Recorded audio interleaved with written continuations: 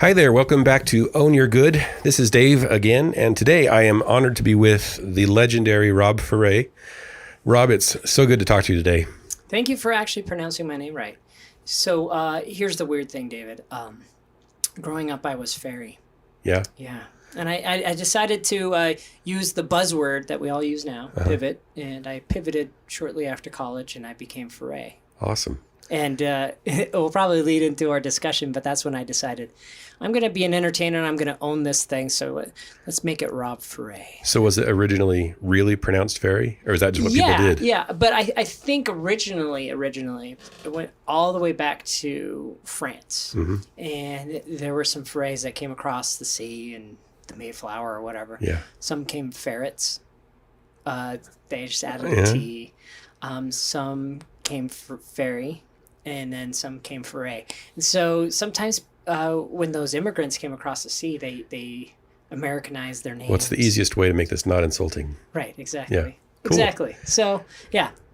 Cool. Well, so the whole purpose of this podcast, we've talked about this a little bit already, is that there is so much out there that sometimes confuses us as to what our purpose is. Yeah. And I just want to help everybody find whatever that is. And there are so many things out there that are authentic and real, but somebody might think, oh, I'm not any good at that. There's already 10 people that do that. I could list 25 people that do that. Right. You are an entertainer. You are a master of ceremonies, a DJ, and pretty much anything that goes along with that. And I was reading a little bit about some of your history, some of your past, and how you really chased after that. Yeah. In your early 20s. Tell us about what that was like. Yeah. We all have our own path. We all have different ways we can go about creating a life that we want. And sometimes those paths take different turns, and those turns turn into something that you may never have imagined. Yeah. Right? And for me, I always liked to be on stage, but I never thought about it being a career, because there's always those people saying you can't make money doing this or that. And I always think about some of the roads that I took and where they led me. And I also think about sometimes I wish I would have taken that road. That would have been fun to explore. Mm-hmm. Right now, I am listening to Bob Iger's book. Mm-hmm. If you don't know who Bob Iger is, he is the CEO of Disney.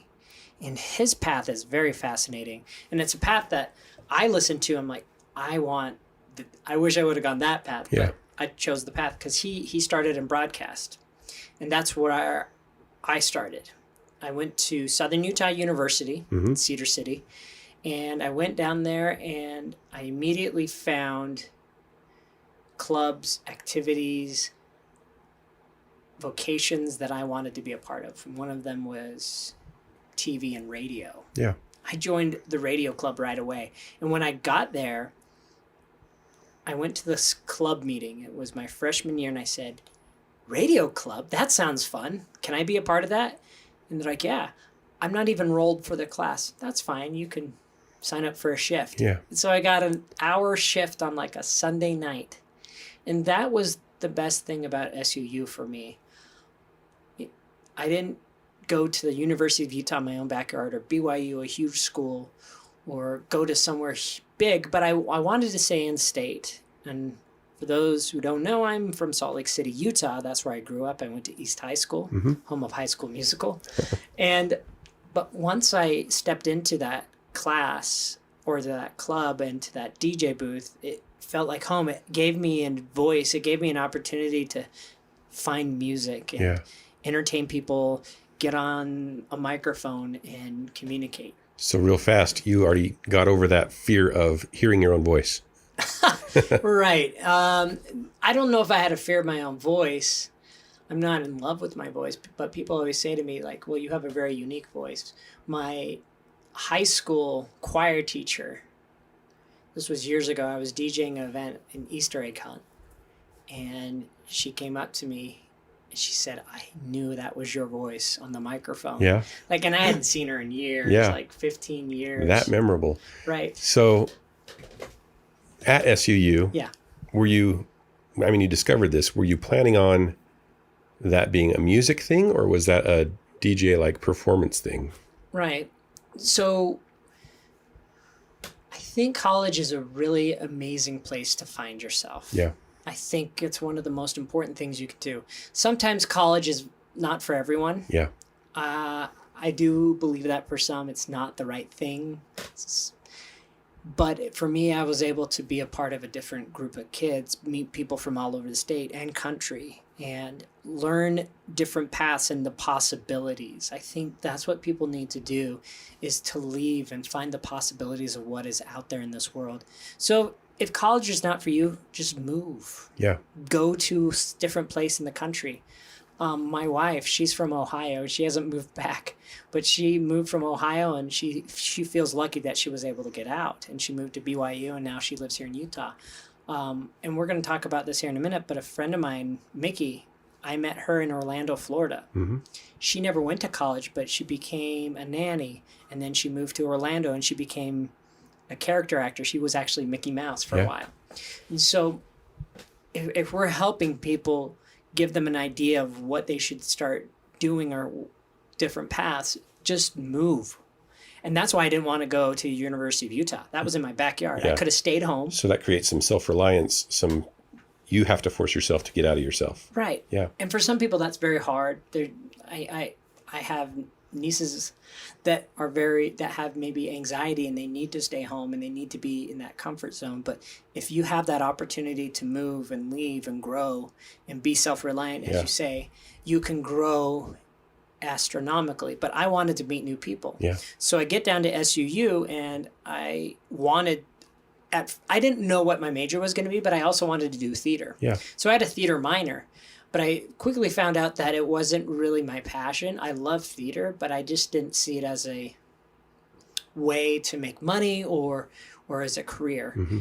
And I will never tell anybody that is a theater major not to not do that. But for me, I just didn't see. It wasn't big enough to want to keep investing in it. Exactly. Yeah. And then I also got involved with TV. Even though I didn't take the class, I found out that there was Similar TV TV opportunities. Club. Yeah. And so what I did is I volunteered and I ran camera. And it was really interesting because when I was a freshman, I met some people who are now working here in Salt Lake. Well, the people that have been career anchors that have been working in the broadcast industry for a long time. So that's what I really found that I enjoyed, was working in broadcast and TV. Yeah. And I also joined what was called comedy or improv sports. Mm-hmm. And I did improv down there, and I loved improv. And so I was able to discover these different things, these different opportunities. I did student government, and I did all these things and just expanded the possibilities of what I could do. And a friend of mine, his name is Jonathan Sherman Tate, a very eccentric human being who would ride his unicycle all over campus, approached me and said, "Rob, I want to do a TV talk show, late night format." Like, that's brilliant. And it was his idea, but once we got it going, we were able to roll with it. He was the host, I was the co-host. And I'm so glad that he took that opportunity to say, "Rob, let's create something." Yeah. And we went to our professor, and he said, "Great, do it." And so we did it for 2 years in a row. He left after the first year, and then I took over the second year. Mm-hmm. And I was the main host, and we called it SUU Live. And I always make the joke, we were the #1 rated TV broadcast in Cedar City in its time slot, And big competition there. Big competition. But we had a lot of fun. We had guests who were students who were doing exceptional things, some professors. Our biggest get was Ron Howard's little brother, Clint Howard, who's an actor. Mm-hmm. And if you don't know who Clint Howard is, he's a character actor. You'll see him and you're like, "Oh yeah, that guy." And so he came to the T-Bird or the Thunderbird Movie Festival, and we were able to get an interview with him. Ooh, yeah. Yeah. And so we did all sorts of fun things, but for me, we were able to create. Once again, I created in theater, in improv, in radio, in TV, and as a creative person, I was able to do that. And one of the things I really liked doing was sitting at an editing bay and editing video. Yeah. So I thought, that's going to be my future. I'm going to be an editor. And I loved it. So graduated from SU in 2003. I did it in 4 years. I feel really proud of about that. And nothing was really sticking for me. I was applying for jobs in TV and radio. Nothing really worked. And I always think about, like, why didn't I just take the chance to go to LA, right? Why didn't Was there an opportunity to go to LA, or is No, that just you I could should have have just gone. Yeah. Right? I always think about that. Or I always think, like, man, maybe what if I would have taken an internship at Facebook, you know? Yeah. You think about 2003, right, when it was coming up. If I could go in a time machine. But instead, I went to the other coast, the East Coast, and I took an opportunity to go work for Walt Disney at Walt Disney World. Yeah. And so I did what was called the college program. And I had my college degree in hand. And I did this internship, which was built primarily for students that are actually in school. Yeah. Right? And so I'm going across the country thinking this is going to be an internship. This is going to be great.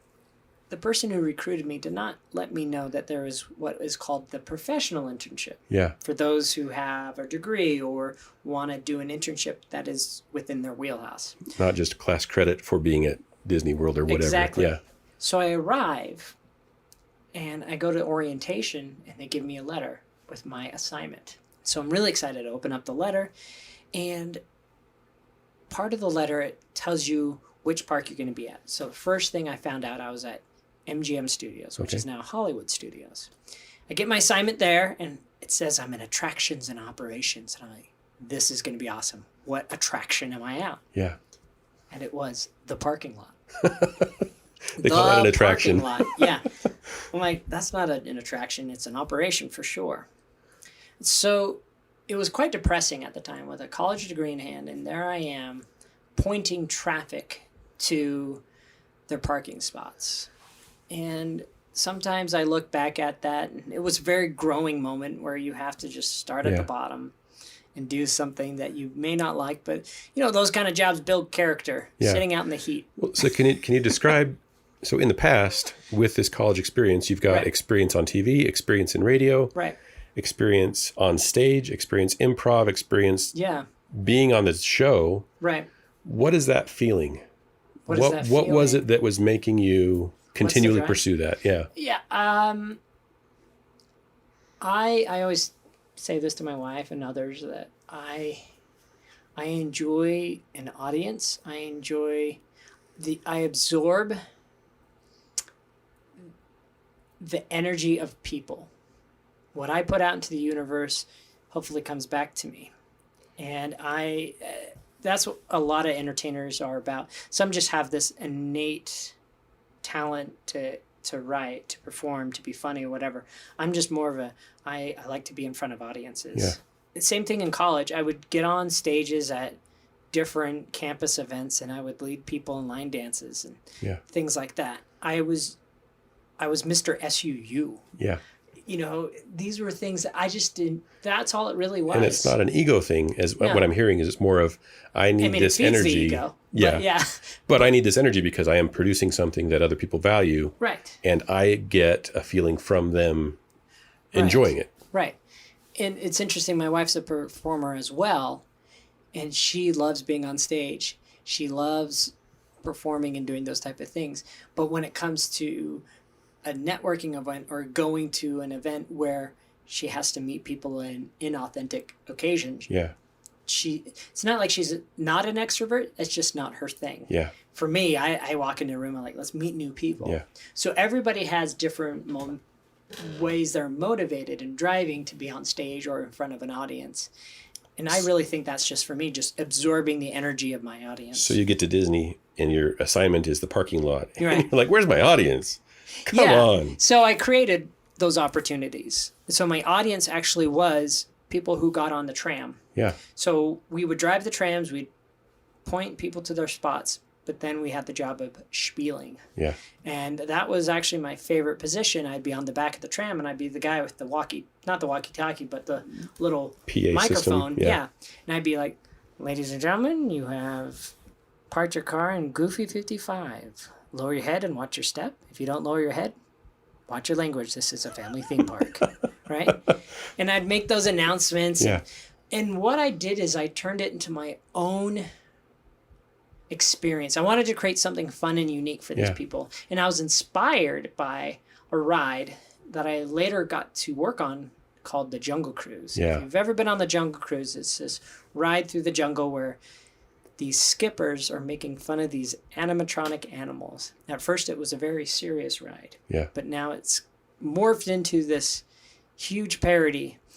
And I went on the Jungle Cruise at the Magic Kingdom while I was on the college program, and I was inspired. Yeah. And that's what happens to me a lot. I see other people doing stuff, and I say, I want to do that. I want to be there.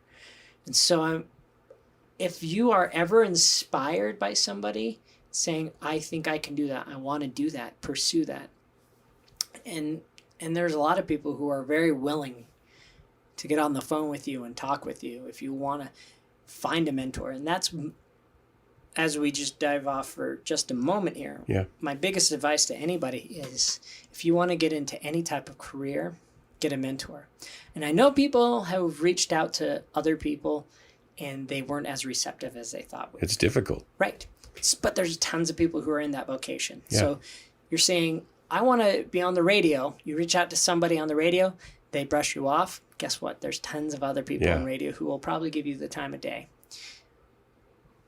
With that being said, I was inspired by the Jungle Cruise to create my own Jungle Cruise type experience on the back of the tram. As people were leaving the park, I would narrate. I would point out the bushes. I point out Yeah. the trees. I point out the different curves. It was just silly, but I would make jokes. And one of my most satisfying moments is when a man came up to me and gave me a $20 bill as a tip. And he said, "Thank you for ending our day the most perfect way it ever could have been." Oh, That was perfect. That's right? epic. Right. And so I knew I was making a difference on the back of a tram, right? And so I later on auditioned for what is called the Night of Stars for the college program. It was their end of, we'll say, semester Yeah. for the college program. And I performed at the talent show and I won it. You are currently in my office. This mousker right here, it's a Mickey Mouse statue, and it has a plaque on it. And that is what I won that night. That is neat. And it says for best props performance. So if anybody wants to see my performance, it's called The Polish Magic Show. And you just go on YouTube and watch it. It's pretty terrible. But I was inspired by another person. You'll soon find out that I'm not a very original person, but I've been inspired by many. And I was inspired by a man named James Arrington who performed what is called The Polish Magic Show in another show, which is a one-man show called The Farley Family Reunion. So that Polish magic show I've been doing for years, and I performed it, and it caught the eye of the man who was DJing that event. And his name was Elliot Hansen, and Elliot ran a company called Electromagic, which was housed at Universal Studios. A couple weeks after the talent show, I ran into him again as he was DJing our final college program event. And I kept requesting songs, and I led other people in line dances. And he approached me afterwards, and he says, "Have you ever thought about being a DJ?" I was like, "I was a DJ in college." Yeah. He's like, "Well, no, an interactive theme park DJ." And so that's where that started for me. I worked in entertainment at Disney later on. I also got a job at the Jungle Cruise about 4 weeks after my college program, which was great. So I started, once I finished my college program, I left that parking lot, went to the Jungle Cruise, and started training as a DJ. So I want to pause right there. So we've got Yes. all of this experience in college, Yeah. a semester of driving the tram or conducting Yeah. the tram, Right. and you're just doing what you want to do Right. because it's what you love, Right. and somebody else recognizes that you're not goofing around.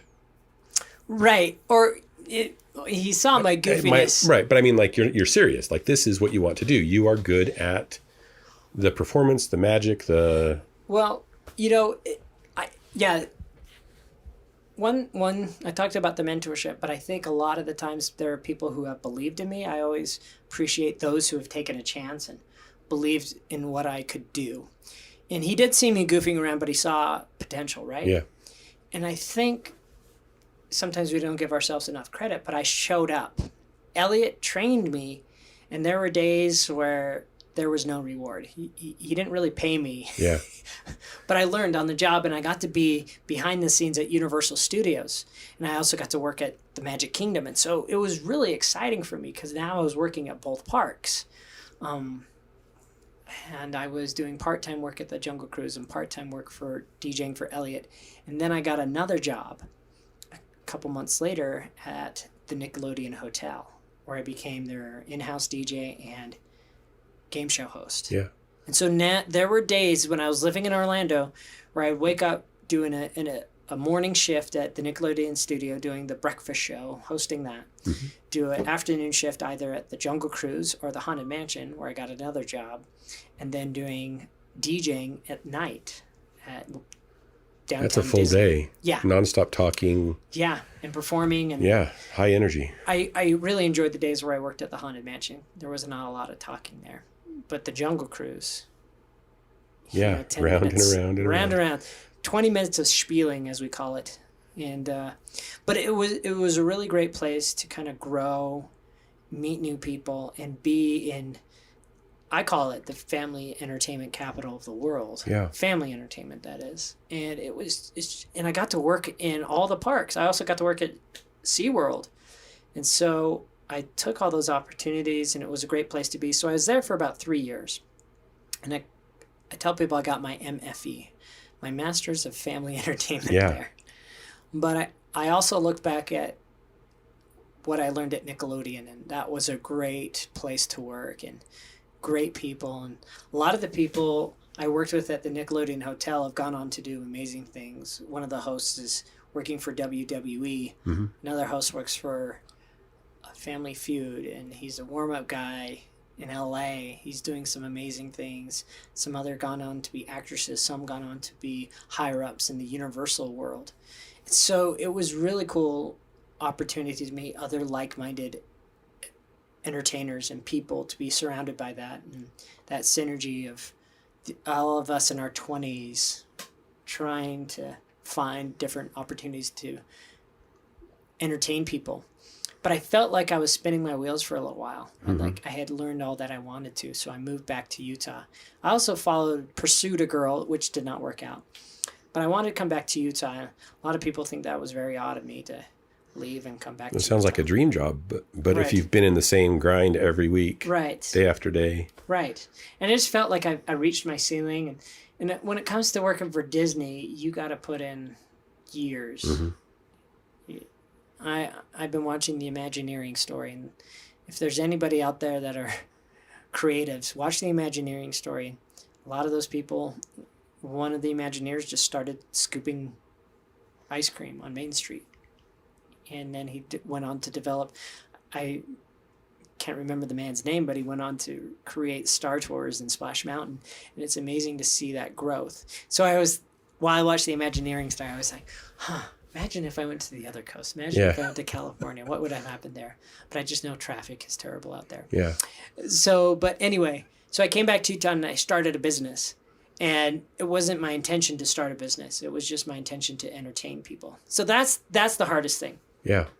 Is there are a lot of entertainers out there who are probably like me, maybe have tendencies of ADD and don't really want to do the grind when it comes to a business, but they'd rather be in front of people. So there's lots of different models out there. There's lots of people who can work for others, but this business kind of grew organically. And at times I thought I could be a teacher by day. Mm-hmm. I could have a quote unquote respectable job, but none of that stuck. I was a substitute teacher, and there were days where I was like, I'm not cut out for this. Yeah. It's not something I want to do. And me swearing at kids doesn't feel really good. I'd rather entertain kids than berate them. And that's not all of school. No. There are days of entertainment, but right. That's not the goal. Right. I think this is where a lot of people get hung up. They think, I have an idea and I want it to be a business. Right. Or they think, I have a hobby and there's no way that it could be a business. Right. And you followed I guess I love doing this, and I guess people are willing to pay me for it. Let's see what happens. And it became a business. Right. What was that like? I mean, because some people, that's all they're thinking about. They're thinking about the business and not the creative, not the purpose of it, not that creative energy that you get Yeah. when you're actually pursuing something that you love. When you discover an idea or an author or a movie series and you do all of the background research on that, Yeah. that's just pure pleasure. That's fun. That's Right. And a lot of people get into it because they can create. They have a opportunity or a conduit for their creative abilities to make them come alive. And there's so many different ways to go about it. There are a lot of people that I work with in the DJ industry and in the speaking industry that are more business minded, and they thrive because their mind is more set towards business. My mind is set more towards performance. And I just got off a mastermind call today with some amazing DJs around the country, and I'm just constantly in awe with them. So there's an example of finding a mentor group. Yes. Or mastermind group, yeah. Mastermind group where you're talking with other people who have similar ideas or similar experiences, but then can help guide you to something right. that you're not there yet. You're not ready for or almost there for. And I always tell people it's a piece of advice that I always say over and over again, and it's not original advice, but never be the smartest person in the room.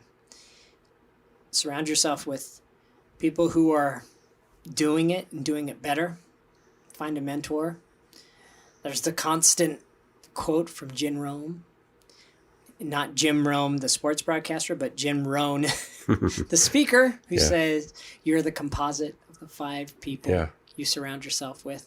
So there's that. And I don't believe it directly that, but maybe you can be the composite of the 5 people who inspire you the most. Because sometimes we don't have access to those people, but listen, watch them. And that's kind of what you've been doing for this whole time anyway. Right. Is seeing what they're doing and how can I apply that to where I'm at right now in my own way. Right. And I think that's what a lot of people get hung up on is, well, they're already authors or they're already entertainers. Right. And I think what people really need to do is focus on what they do well. And if that, one, is it being an entertainer, but 2, for me, I'm a people person. So that's my secondary super strength, is being able to create relationships and keep those relationships alive and just network. And I didn't really realize what networking was until about 10 years ago when I got invited to a networking event, which I didn't know what it was. I'm talking about it like, I don't know what a network, like an event where you go and eat and you hang out with people. Yeah. But I didn't realize the purpose of it was to expand your community and meet new people. And it was called Women in Weddings and Some Guys Too. And I went to that event and I was one of the some guys. But that really started the path for me to meeting new people. Because through that networking event, I met somebody who introduced me to another networking event. And then I got more ingrained into the business world. So focus on those strengths and then maybe have somebody else help you with the other things. And so along the way, going to these networking and business events, I've been able to meet people who can do other aspects of my business. I have now found out that doing it all on your own may not be the most productive way unless you're amazing, which some people are. I'm not that amazing. So I have an accountant. I pay my accountant, which gives me the biggest peace of mind. I met him through a networking event. Somebody who runs my website. And the person who runs my website is actually somebody from high school. My virtual assistant is actually somebody that I went to college with. But these are people part of my trusted community. And that person who's my assistant also introduced me to my wife. But keeping those relationships intact. And I also talk about being top of mind. Always put out into the universe what you want to be doing and what's important to you. And maybe some of our listeners are younger of age and they're on TikTok instead of Facebook. And I applaud you for that because Facebook sometimes can be a drain. Yeah. And people put out into the universe how angry they are about politics and what's going on in the world. What they're worried about. Right. Instead of the positivity that... Exactly. And so what I put out into the world, I do think about those things all the time, but I don't think people really want to care. They don't care about my opinion. And so what I try and do now, and it all shifted for me about 5 years ago when I got in an argument with a fellow DJ who I respect. I don't respect his politics, but I respect him. But how often are we talking about politics in person, right? With people, Yeah. it's just weird. Anyway, but I changed my mind shift that day and said no more. And so what I put out into the universe is what I want to be doing and where I want to be, because that's one of the hardest things, is also being a self-promoter. Yeah. As somebody who is an entertainer, you got to self-promote and find different avenues. And right now in this world, most of those are social media, either Facebook, Instagram, TikTok, LinkedIn. Some people, that's the other thing, a lot of entertainers don't really think about LinkedIn. And LinkedIn is a lot where the money is. Yeah. You know, I have a friend from high school, and we interact primarily on LinkedIn, and he works for Match.com, and he hired me recently to do a virtual game show for him. Match.com, right? Yeah. And so the business people who may be looking for events are there. Right. And so you're just broadening your network by going there. Right. Yeah. And I know there's a lot of people who just go narrow. Mm-hmm. And so figure out who your audience is, but also figure out who's going to pay you money. Yeah. Who has the money, who's going to value what you do. You may have an audience on some of these virtual platforms. I also didn't mention YouTube. But so there's so many different opportunities out there, but put what you do out into the universe. And as awkward as it may seem, it's probably one of the best things you could do is to be a self-promoter. Yeah. Now, I don't want to jinx anything. We're talking about our talents and our skills and what we're good at and promoting ourselves. Yeah. I'm sure there are days, like with everybody, mine happens to be at the end of the weekend, beginning Monday morning, where I know I've got a fresh start, but I'm thinking, I don't know if this is really me. Right. I might be better off doing something else. Right. If that were the case, if instead of going to Orlando or California, what would you envision yourself doing now if all of the path had been in a different direction? I mean, there's so many different things, but the path I've created were some other ways. You know, I always said I wanted to be a game show host. And so this was a fundamental thing. Like there was some way you're going to find that thing, regardless of whether it was Orlando, anywhere. So I just created my own game show. I think if I really wanted to do it properly, I should move to LA. Mm-hmm. But my heart's not taking me there right now. And I came upon what is called the National Speakers Association. And I went to my first NSA event. And I found a tribe. And I think that's one of the most important things for people to do is find their tribe, find like-minded individuals, find a place where you can be creative and also collaborate.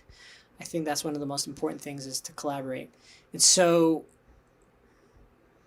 doing the game show thing is I'm trying to find ways to do that on my own, creating my own game show. I had the opportunity this year to work with the Utah Jazz as their halftime game show host, which was an amazing honor.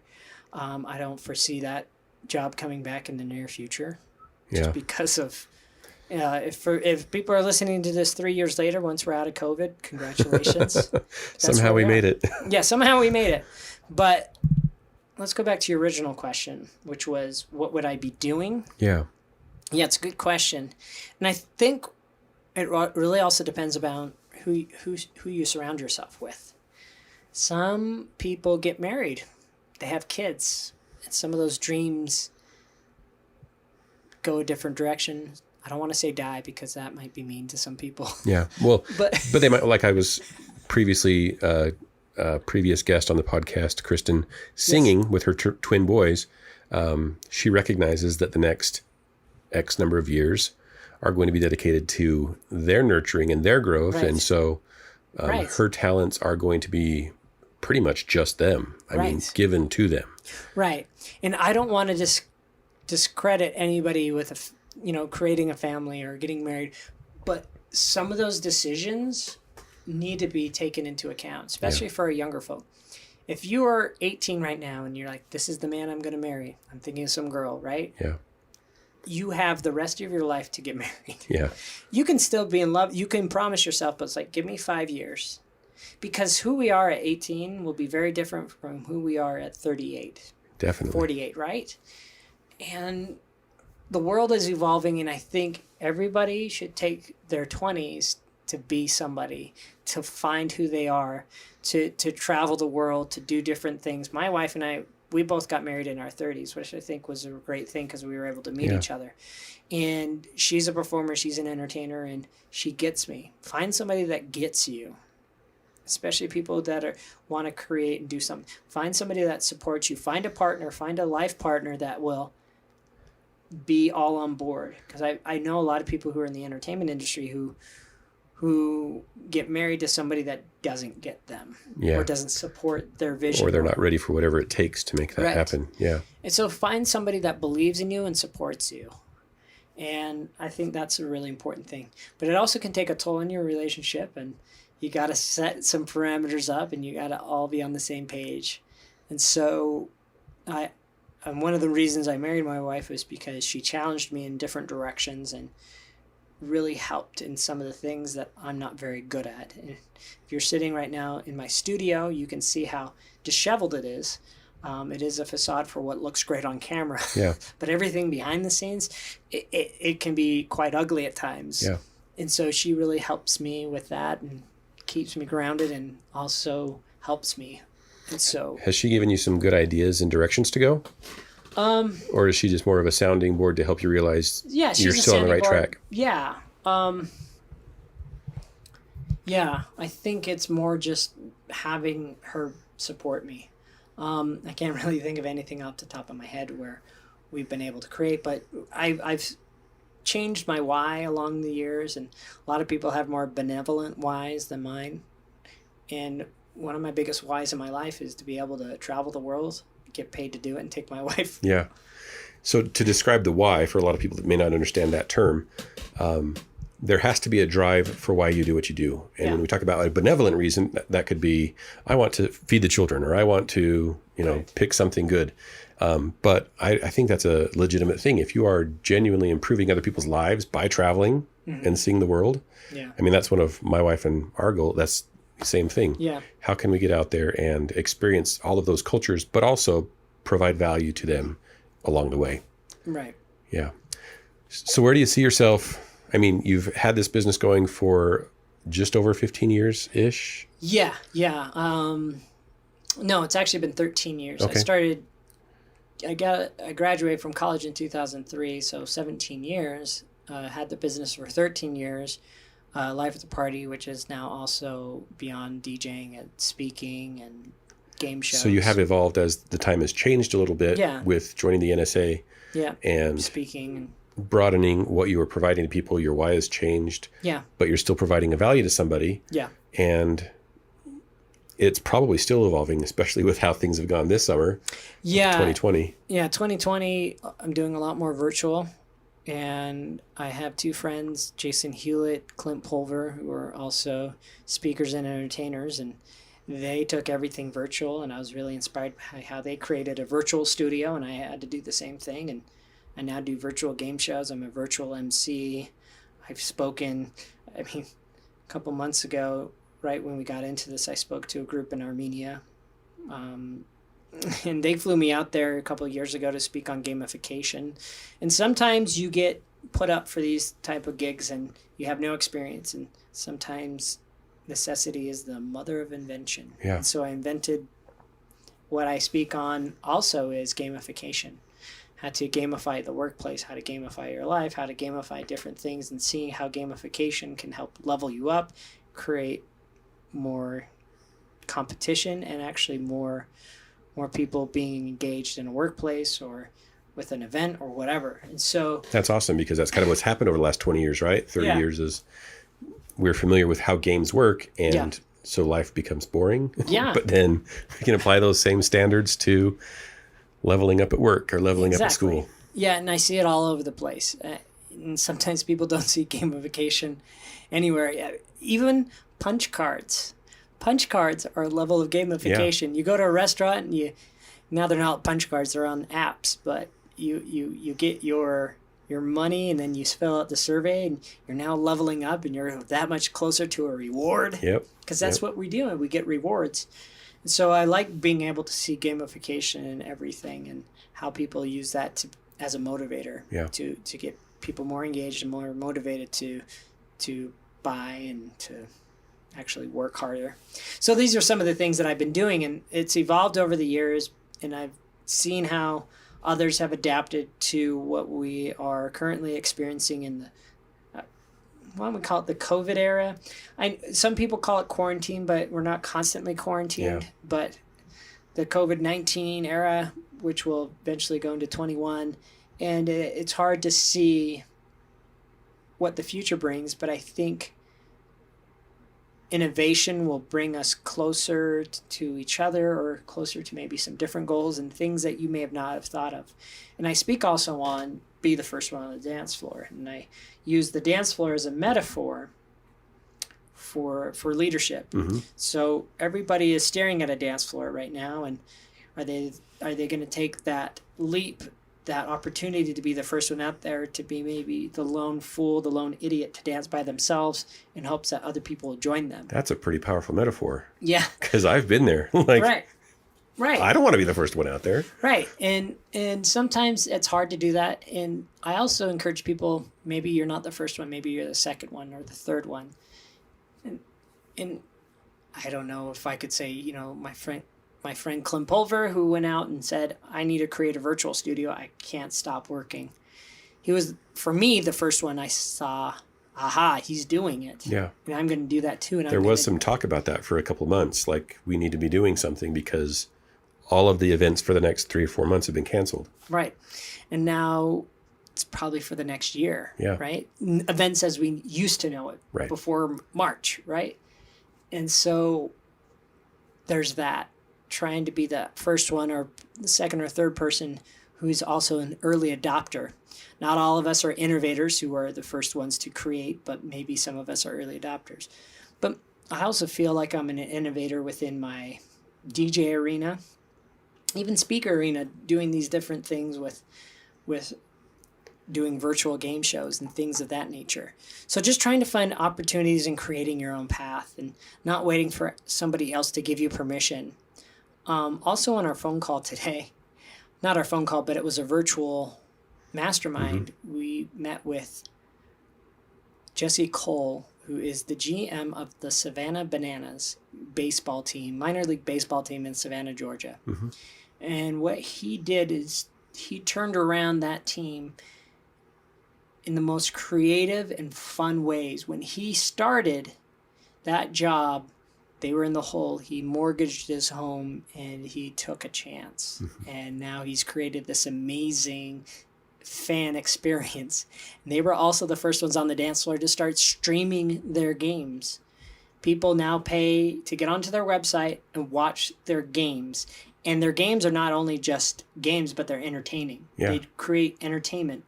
So now it's not baseball, it's an entertainment baseball experience. Which is kind of strange because you think minor league. Right.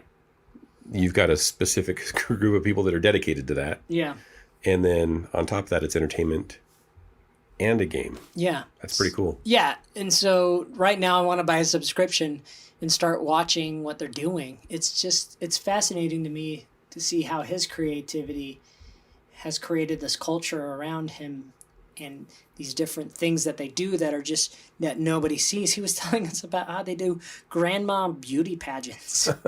And they have these men called an old women dance team called the Savannah Nanas, and then they have the Man Nanas, which is a man dancing group. It's just, but that's the other thing is now I'm inspired by what Jesse is doing, and now I'm going to get the subscription and start watching his games and see what they're doing. Yeah, I think because so many of us have had our minds set as a Zoom meeting for school or for a business meeting or whatever is people looking at each other through a camera. Right. When if you're a DJ or virtual DJ, game show host, you have to up the game. You have to change what people are looking at. Adapt or die. Yeah. And it's interesting also watching the DJs because all us DJs are now quarantined and we can't perform in front of live audiences. And so they all went immediately to streaming on Facebook. And the streams that started in March were okay. But what they are now, it's amazing because DJs love gear, they love technology, and now it's all in front of green screens. They are using these overlays. The music sounds better, the images are better, and they're also collaborating. I remember logging in on Facebook once and seeing one DJ in one part of the country and another DJ in the other part of the country drumming. One was drumming, one was DJing. Yeah. And they were doing it on the same feed. It was just, it's so cool to see how people are adapting.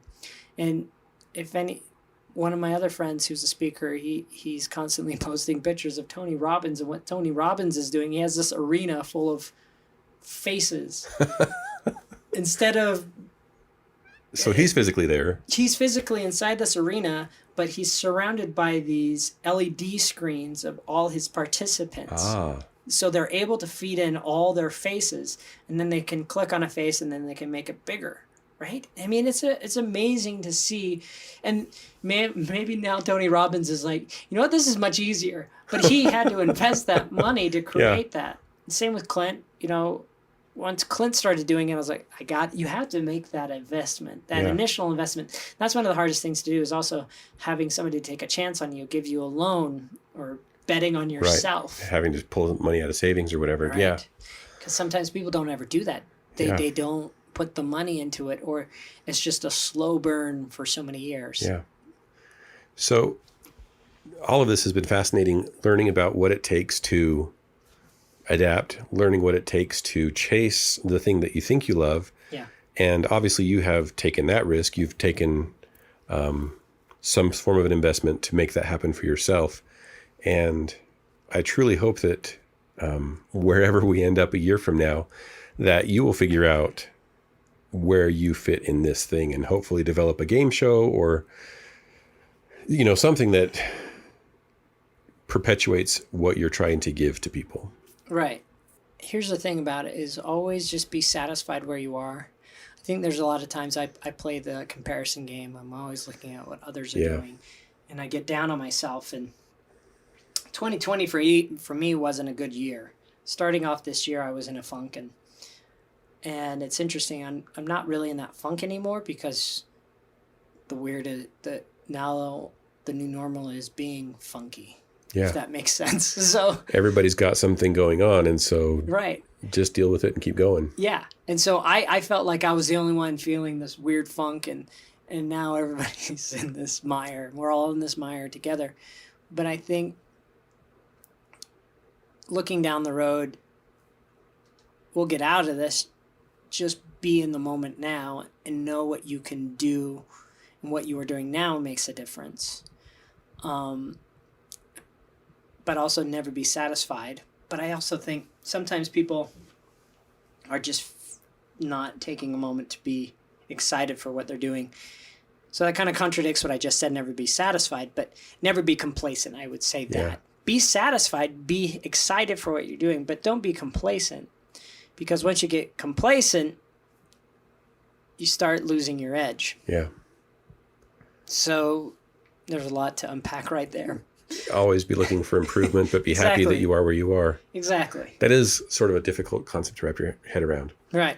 Well, Rob, I appreciate your time today. I know problem. That it is a difficult thing to try to describe. And if anybody is looking for a virtual game show host, DJ, where can they find you? They can go to my website, robferre.com, ROBFERRE.com. Find me on Instagram We'll put a link in there, yeah. And Rob Ferre at Instagram. Those are my best two platforms where you can interact with me. LinkedIn's fun too. Yeah. For all our people that are in the LinkedIn world. Where there are businesses. Yeah. Great. Well, I hope you have a better rest of the 2020 year. For those of you that are listening, remember what Rob said. Be happy with where you're at. Know that you can do better, and that eventually, whatever it is that you are trying to do, whatever the good is that you're trying to put out there, it will be appreciated and reciprocated back to you. And wait for it. You said have a better 2020 year. I think we make 2020 what it needs to be. Yeah.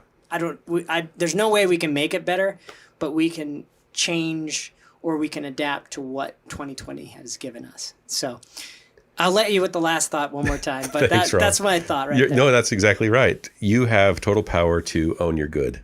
Thank you for joining me today on Own Your Good. I'd like to give a special thanks to Arches Audio. They are the ones that provided this awesome music. If you need anything for a project, I would go and check them out. They have a great selection of music and other services to help you with your creative projects. I hope that you found this valuable. If you enjoyed this episode and it did something for you, or you think somebody might benefit from it, please share this. It would mean a lot to me to help spread this positivity and this idea that people can change, improve, and ultimately own their good.